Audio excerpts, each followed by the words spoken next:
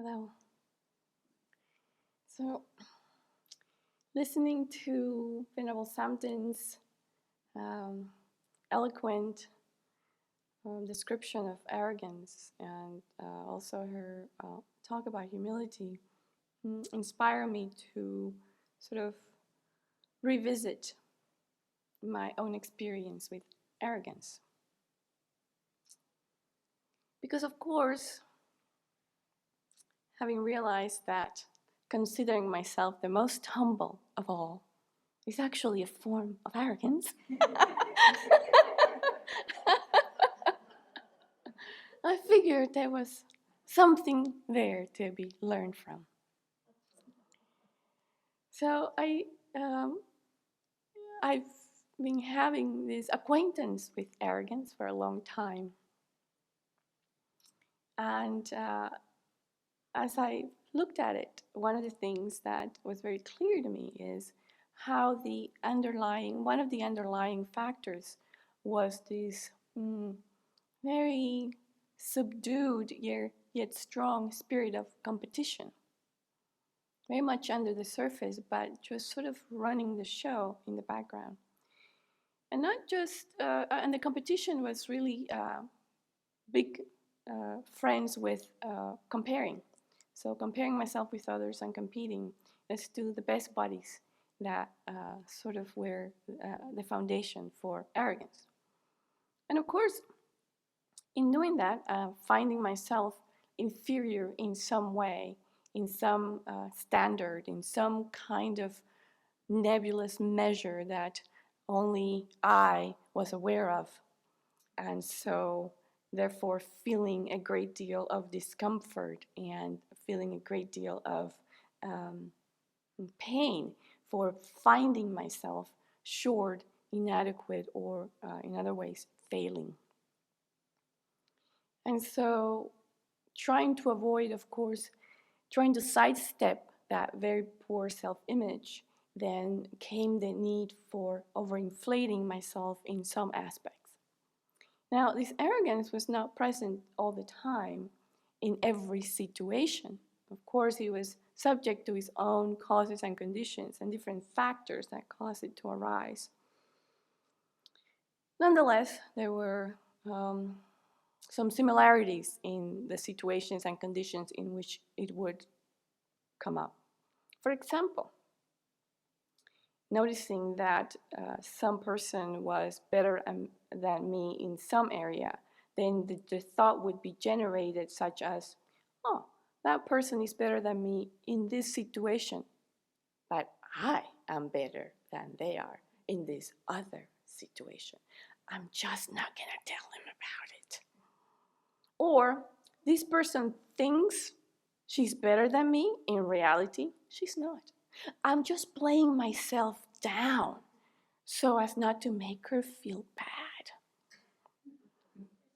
Because I like to be liked, of course. I want to be kind.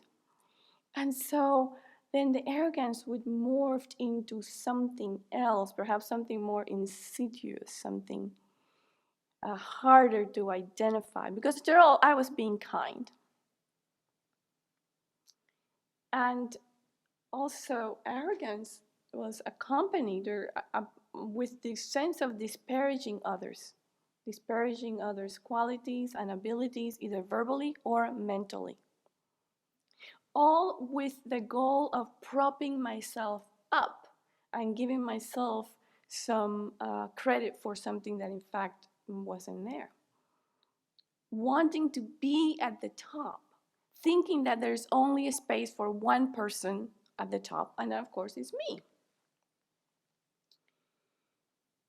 And all along trying to soothe my insecurities, my sense of inferiority, and provide a false sense of confidence. So then the question is, how do I identify it first off, and then how I work with it secondly? And it took for me a lot of really observing what processes were going on in my mind, because this is just a mental game. It's just a mental exercise, and paying attention to the thoughts, paying attention to the reactions that I wasn't verbalizing, but that were nonetheless arising in my mind, and being able to pinpoint those particular thoughts and attitudes as arrogance. And so that was the first step, being honest with myself about the existence of that in my mind. Then the second thing was to really try to identify what are the disadvantages of being arrogant. What are the consequences for me in engaging or in indulging in that kind of attitude. First of all, it does lead to complacency, this false sense of being better than or good at, really creates this sense of maybe I don't need to learn anymore. Maybe I don't need to develop skills. Maybe I've arrived at some imagined state of perfection, transcendence.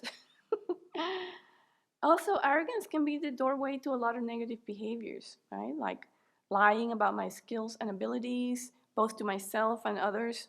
It can lead to anger and despair when eventually confronted with my own limitations. And it can push people away, it can really push people away and cause others not to trust me.